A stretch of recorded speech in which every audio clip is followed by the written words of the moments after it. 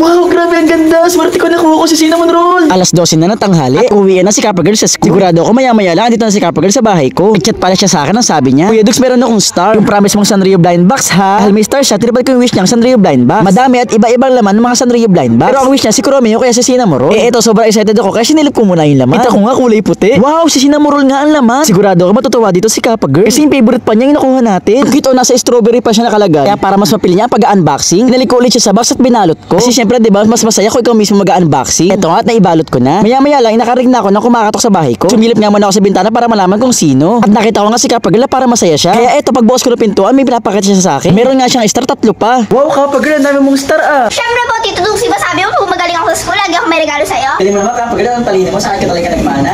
Ano nga pala yung gusto mo? Ano ba sa Sanrio blind box? Sana cinnamon roll naman.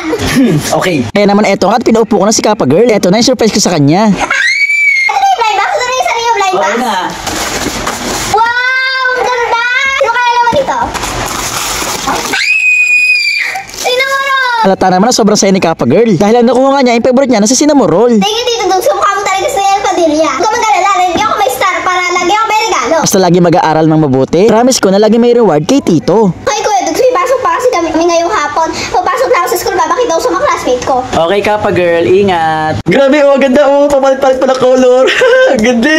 Isang umaga, medyo inaantok pa ako dahil puyat ako. Nang bigla ako nalapitan ni Kappa Girl at kinulbit niya ako. Oh, bakit Kappa Girl niyo? Tito Dux, alam ko bumuyat ka at may ibibigay ko ako sa'yo. Ano to, regalo mo sa akin? Opo, Tito Dux, di ba hindi mo kaya matulog na mailaw? Ito, makakatulong to sa'yo para makatulog ka na mahimbing. Eto daw regalo sa akin ni Kappa Girl ay makakatulong sa mahimbing kong tulog. Wala nga akong idea kung ano to kaya sobrang excited ko mag-unboxing. Kung una akala ko laruan. Hanggang sa nabasa ko ito nakasulot ang nightlight. Isa pala siyang ilaw o lamp na merong dim light. Pagbukas ko nga ito nga meron din kasamang charger. At grabe ito ang itsura niya sobrang cute. Ito talaga favorite ko. Ito nga inon ko na para makita. Ito pala siya ang cute. Magbabago-bago siya na ilaw kapag pinupukpok mo siya. Ang galing. Wow, Kappa Girl, ang ganda ng regalo mo sa akin. You're welcome, Tito Dux. Sasubukan na natin yan. Bale, ito pala yung kwarto kung saan natutulog kami buong pamilya. Dito kami lahat nagsisiksikan dahil mayroong aircon. At dahil may kasama kaming bata, hindi pwede walang ilaw. Kaya tamang-tama tong nightlight na to. Sobrang makakatulong to sa akin. Pinwesto ko na nga pala siya para masubukan. Pinatay ko na rin ilaw para makita kung gano'n siya kaliwanag. Ito ang kinalabasan. Grabe, ang ganda nga, oh. Maliit lang siya pero hindi basta kasama tayo liwanag. Malamig siya sa mata. Dim light lang talaga. Grabe, oh, ganda, oh. Papalit-palit pala color. Ganda.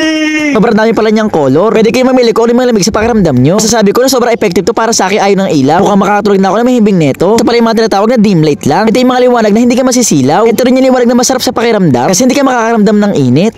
Thank you, Kappa Girl, sa regalo mo sa akin nightlight. Ay po, Tito Dux, pasok na po ako sa school. Sasabihin ko sa mga classmate ko na nagaluhan kita. Okay, ingat, Kappa Girl. Hindi na pa yun, bago bigla. Ito ko kumain po kami. Kuya po.